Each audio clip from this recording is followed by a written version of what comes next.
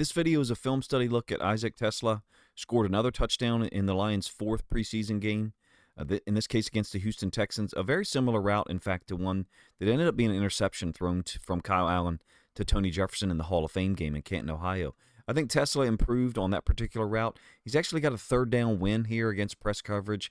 Now, unfortunately, just like in the game, in this film study video, you're going to have to wait until like the fourth play to see him actually be targeted. I would have liked to have seen him tested more. And I don't mean tested by the defense. I mean tested by the game plan, tested by the design.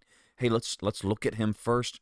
There is one route. It is a second down pass completed Craig Reynolds in the flats, where Reynolds gains a ton of yards after the catch, that I think Kyle Allen is looking at Teslaa, and in that particular case, he just can't get off the jam. But if there's any player, a situation where a fourth game was needed, really, it's not Isaac Teslaa. We kind of knew that he was super talented at the end of the second game, maybe the third. But this is just a little bit of a guilty pleasure, if you ask me, to be able to see him play again in the preseason, get heavy reps. You know, how many reps is he going to get in the regular season? I'm not sure. But based upon what we saw here, I haven't seen a more impressive rookie wide receiver in the preseason, at least from the games that I've been exposed to. Teslaa will normally be spot shadowed in yellow. Leavitt, when he's on the field, he'll be spot shadowed in blue. It's a 3rd and 7 on the first possession. Texans are actually going to bring six-man blitz here, so these two defenders are going to blitz. That's a safety from the second level, and then a linebacker from the second level. I think it's Harris, and that six-man blitz gets home. From a Teslaa standpoint, I'm not a huge fan of this route. It ends up just being a vertical that acts as a clear out for these two routes here, one by Leavitt and the under route really by Zylstra. Now, Leavitt is uncovered, to be real. He's not matched up with closely at all. Zylstra is matched up. I think that's EJ Speed that I'll talk about a couple times in this video. Allen appears to be trying to get the ball there, but he's been disrupted. The pocket's been disrupted by two guys that, climbed. And Teslaa, again, just a clear out route for the over route, possibly by Leavitt, or the under route by Zylstra. He can't take either one of them, he being Allen. I just don't think he sees it. I don't think he sees Leavitt open for whatever reason. Maybe it's the traffic in front of him just prior to me pausing it here. Maybe it's the fact that Zylstra was really well covered, but in any case, doesn't get rid of the ball. Ends up being a sack, unfortunately, on the first possession. Moving forward to the second possession, we actually had to wait a while for Teslaa to get the ball here. The blue line illustrates where the ball is, so he's to the boundary once again as the X receiver. And initially, at least, you've got a corner lined up directly over top of him in his face. When this fullback / tight end moves over, then that corner drops off. And the Texans have kind of, once again, created this 4-under look across here. I'll spot shadow it, or I'll draw it in a moment. But here's the route combinations. This is a 2nd and 9, by the way, on the second possession. 40, who motioned across. He's going to chip and then release out into the flats. I think this is Zylstra. He's also going to chip and then, like I said, release out into the flats. Unfortunately, Teslaa's just running another clear-out route. There's the 4 underneath guys pre-snap by the Texans. Now, I do want to, in a moment, talk about what these two inside linebackers are doing. It's somewhat unique or anomalous. It doesn't actually work out in the Texans' favor here at all. The over concept, or deep over, I should say, is being run by Kennedy. He came from the other side of the field, and Teslaa just running a clear-out route to kind of create space for that. The completion or the target here is going to be to Reynolds. And for a moment, just focus on these two inside linebackers. This guy here has got his eyes on the over concept. This guy here was looking for an over concept. He didn't get one. I think it's specific to the Lions formation. You do have a play fake from Allen to Reynolds, and then watch the reaction that these two guys get. I think they are reacting to the chip releases by the number 2 receivers to their side, Zylstra and number 40. And so what happens is they both end up looking for work from the other side of the field. It's not common. It's not for an inside linebacker on the defense's left to immediately be looking to the right. I shouldn't say immediately. I think he did check 40 to his side. Same thing for 35. Now, 35 doesn't get that over route emanating from the opposite side, right? Because Teslaa runs the clear out route. But this inside linebacker does. And that's why I think he matches Kennedy's over route. We don't have what we want here, Teslaa, the vertical. We don't have what we want there, the deep over to Kennedy. And so Allen, being the quick processor that he's shown in the preseason, gets it underneath to Reynolds really quickly. I think it ends up being a 12-yard gain. Hopefully I explained all that in a way that makes sense to you. Basically, it relates to the type of concept that was run, the deep over, vacating that inside linebacker to the defense's left, the offense's right. And in this case, it didn't work out for the Texans. It helped out Craig Reynolds, develop a little bit more space after the catch than you might have expected against cover 3. We're still working on the second possession. Teslaa is up top into the boundary. The ball is on the right hash, so he's into the short side of the field. And once again, he's got a corner in his face. There's the route concept that we're going to get. It's snag flat up to the boundary. So whether it's an angled hook like this, whether it's more vertical, kind of look like a candy cane, whatever. This one's kind of angled hook. It's called a snag concept because the running back is running into the flats, and one of the outside receivers is hooking up. They're basically exchanging lanes, if you will. And it's a 1st and 10 on the second possession. Like I said, this is where Allen is looking for a speed out. They've run this, I think, 4 times in the preseason, and it's complete to Kennedy down here against off coverage. The difference being Kennedy's got really off coverage. That's Kennedy. There's the corner lined up to the outside versus Teslaa, who's got a jam press corner in his face, probably because he's to the boundary. Kennedy's route, speed out, so there's no putting his foot in the ground and breaking hard. This is kind of bent or rounded. All 4 of those guys, all in a nice, neat line in terms of the depth of their route. Like I said, it's a first down. I think I misidentified it a moment ago as a 2nd and 9. 5 or 6 yard speed out. At this point, even watching the film, even watching it now, I'm kind of like, man, can we get this guy the ball, right? Another opportunity. This is actually an opportunity for him to get the ball on the second possession. You can see the ball's on the left hash. He's got the corner in his face once again. Kennedy up the top side gets a free release. Now, so there's a difference in what happens here in terms of the routes. They're mirrored, though.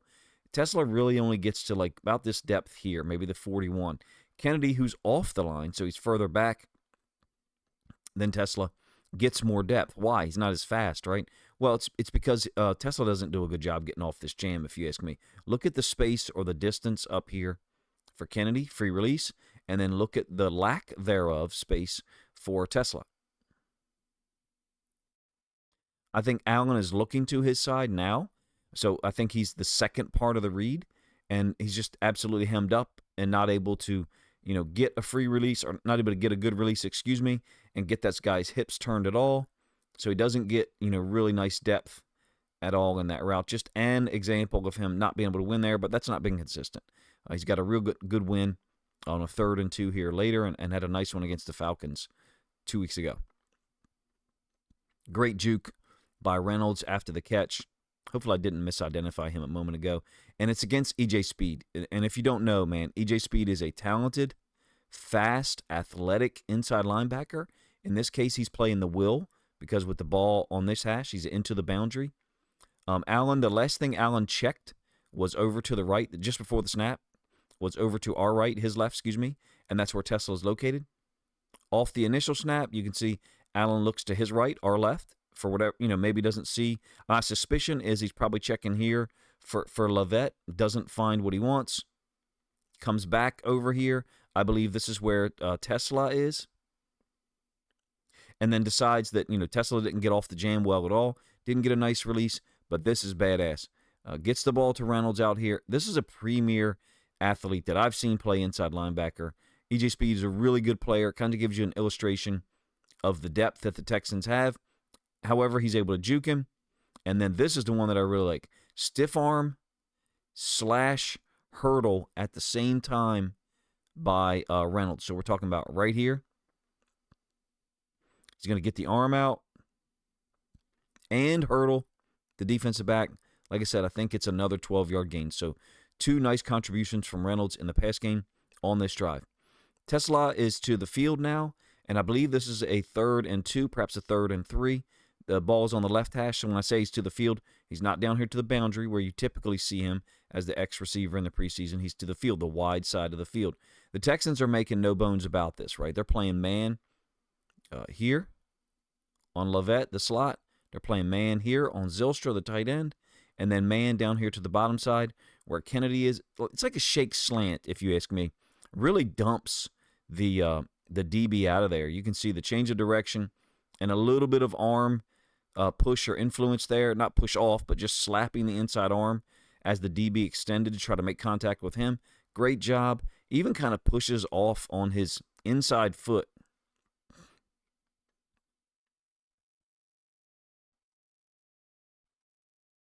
Gets a clean win. Trying to spot shadow a little bit as it's moving. It's difficult to do. Nice catch. You can see the line to gain was the 50. And that's one thing that everyone's noticed, right, about Teslaa is that catches the ball really well with his hands, whether he's dealing with contact or not. Really a badass play. Very similar to the same route that he beat the Falcons on 2 weeks ago. End zone angle, you can see that the ball is on the left hash for the offense, right side for us because we're looking at it from the defense perspective. Immediately on the snap, that's where Allen looks. He looks to that side, right? That's where Lovett was, running a little under route, drag, and then also Teslaa. And you can see gets rid of the ball really quickly. Huge win, if you ask me, for Teslaa, just from a spatial standpoint. I mean, look at how much room. My spot shadow is set to like 290. I don't know what the unit's measurement is, but initially it's set to 70. So I essentially multiplied it by 3, and this guy's not even in the picture at all, right, on a 3rd and 2. I can barely get them both in there if I get it off center. The point is a really clean win for Teslaa on a 3rd down. Another one, in this case, on a 3rd and 2. Set to the boundary up here. This is a run concept that I really love for a lot of reasons. I kind of mentioned this in a video I did the other day. Notice that there's 3 receivers to the field, right? 40, I think that's Kennedy and Lovett. So we're in 11 personnel. And every offense doesn't do this. And what I mean by this is direct run flow play into the boundary with no tight end, no fullback, no second receiver there to lead. Most of the offenses I get a chance to cover, if they're going to run it into the boundary on direct flow, there's going to be a fullback here who's going to lead, or the tight end will work his way across like a split zone concept, or, in fact, a tight end, a second receiver will have his feet stationed over there to the boundary. The point is, dating back to Ben Johnson, the Lions, are willing to run the ball when there's only one player into the boundary. In this case, it's Teslaa, the wide receiver. Somewhat unique the way he's blocking, he being Teslaa. Initially, he's engaging the boundary side corner. Oftentimes, you'll see receivers immediately go up to the boundary side safety. That's this guy right here. But that's not what happens here with Teslaa. He kind of chips it. He kind of chips to the boundary side corner and then tries to work his way up to the boundary side safety. He didn't lose the corner. He intentionally left him to go up to that safety. I've seen Ben Johnson and those guys do this before. Clearly, Ben Johnson's not the OC anymore. I'm just glad that they're keeping this into the playbook. And what I mean is, ball on the right hash, only one receiver into the boundary. We're going to make you defend it, number one. Number two, we're going to make our offensive line have to block it. And that's important. It's a downhill run. Reynolds is out of the game, so if I misidentified him, my apologies for that. I do think that Lovett is late here. And so this reminds me of a run concept we've seen before where the offensive lines all work in that way. So let's call it zone right, all right? And then the tight end / fullback is stepping to the edge defender, and a receiver is supposed to fold inside of that gap and go pick up the strong safety and cut him off. And what that can do is it can create a great cut downfield, not cut back, for the running back. And what I mean by that is initially taking the run here and then bringing it back underneath of the wall of offensive linemen, the wall that the offensive linemen have created. Now, that's not really how this works out. I think Lovett's supposed to be there. I think he's supposed to be there to cut this guy off on the backside. Clearly, I have no way to prove that to you. It's somewhat speculation. Call it an educated guess, if you will. My point is, I think he could be a little bit earlier with that motion and actually get to that gap. This is obviously not the Texans game. This is the interception that Allen throws to Teslaa, and it's against Tony Jefferson, the safety who's still around.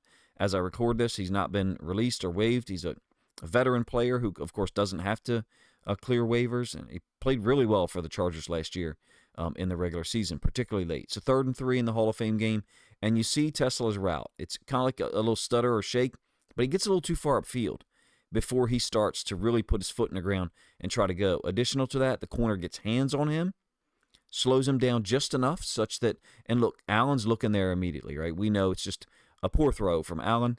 I don't think Teslaa did a great job on this one in getting off the jam, but also in dealing with the hands that are on him right now as the ball arrives. You can see the ball is right there. Forgive me if you guys don't like the spot shadow, but I really enjoy using it, and it works for a lot of reasons. It's a poor throw from Allen, obviously. Teslaa's making a great effort. I think he could have ran that route better and been a little stronger. The corner did a nice job pushing him out, making him very horizontal. So now let's go back to this touchdown. This will be the last play that I show you. I think it's actually the last play that he's in. So he's the X receiver. Ball's in the middle of the field, and slightly different from a formational standpoint in that there's two receivers here. So we're talking about Levet and Teslaa versus the last play, the interception against the Chargers. There was only one of them. Same dynamic exists, however, same tempo, timing, I should say, in that Allen's looking there immediately, and you have Teslaa trying to outrun the guy. Let me run this back a couple of times in terms of his release. A little bit quicker. Number one, corner doesn't get hands on him. That's a big factor. And then he just absolutely leaves this guy. In terms of his speed, he's also getting width. You can see the DB has turned his head to try to get his eyes back on the ball. I lost it there. My apologies for that. Another thing that I really like about this play is the timing of Teslaa's hands. Kind of late. He's not getting them up there too early. And additional to that, he runs through the ball. Teslaa is not a guy that maybe you can't overthrow him. I mean, Allen certainly overthrew him in the Hall of Fame game, but and I don't catch the inchworm from that angle. I catch it from the end zone angle, by the way. This is also a zone blitz from the Texans. So they're going to blitz this nickel. I think that's Millette, and also I believe it's that inside linebacker. I could be wrong there. My apologies. It's not the inside linebacker. It's just the DB Millette. He's going to be replaced by this safety. So the differential in terms of what's expected from a coverage standpoint, maybe some would say it's different, but Allen's locked on immediately no matter what it is, number one. Number two, in a zone blitz, 3 deep, 3 under coverage, that corner is responsible for deep thirds or man on an outside release. Well, that's pretty much what you got. You can see the space that's here. Like I said, the corners looking back just like Teslaa is. We've all seen the training camp footage of him winning these situations consistently. And you got another one here that makes it even more fun to watch the inchworm at the end, even though I don't catch a whole lot of it. I'm interested in the fact that he was willing to try that out, that he was willing to go to it, because things are they run such a tight ship there with Dan Campbell and those guys. Jameson Williams, of course, had some interesting celebrations last year, and in this case, Teslaa pulled out one that was quite old school. There's a lot to say about his approach. I would have preferred, to see more targets earlier in the game for him. Who knows how many reps he's going to get in the regular season? Who knows how many targets he's going to get? If the Texans had a really good corner out there on the field at all, I don't know. Obviously, they didn't have Derek Stingley and some of the other guys that played really well for them last year, particularly the rookie from Georgia. But Teslaa, I would have liked to have seen him tested. They did test him on the 3rd and 2. He was up to the task. The clear out routes early in the game, I get it, because he's been a big target. He's a big weapon. And the Texans played those things well, generally. The over route, the over-under route, and then the deep over by Kennedy, the inside linebacker handled, but Allen was able to counter that and get the ball underneath to Craig Reynolds. I think Teslaa's got unlimited potential. Has Brad Holmes been, vindicated because of how much he gave up for him? I'm not into all that, but things certainly look great. It's been about as exciting a preseason for a rookie wide receiver as I saw this year, as you could imagine, really, for someone who was 5th on the depth chart to begin the preseason.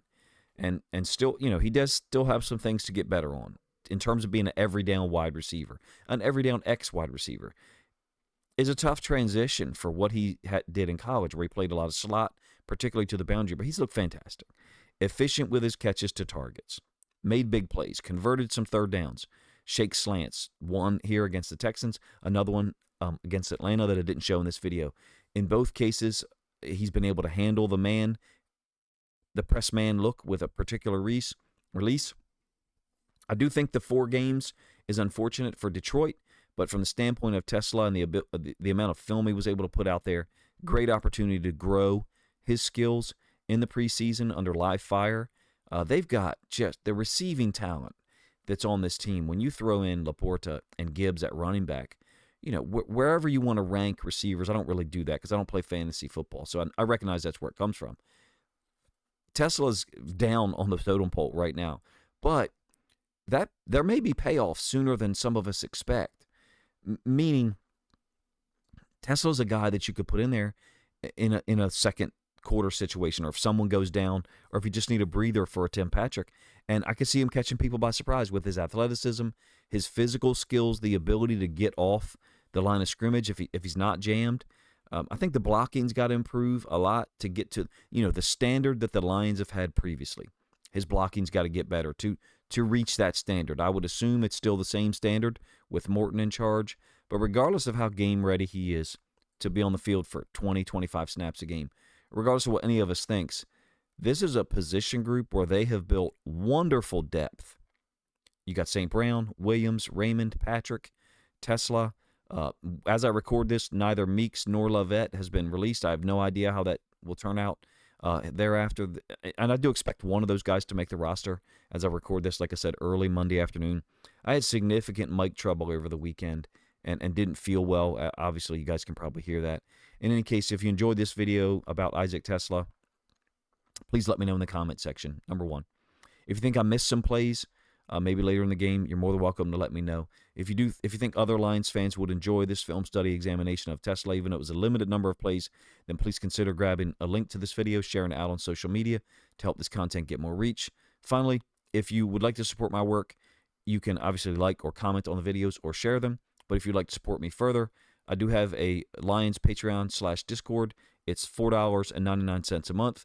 Lions fans can join and then become a part of a secure, private Discord community where you get to interact with other Lions fans and myself. I have the app on my phone, so pretty much access to me 24/7 out of the day. When I have opportunities to answer questions and interact, I usually do. Appreciate you guys' time.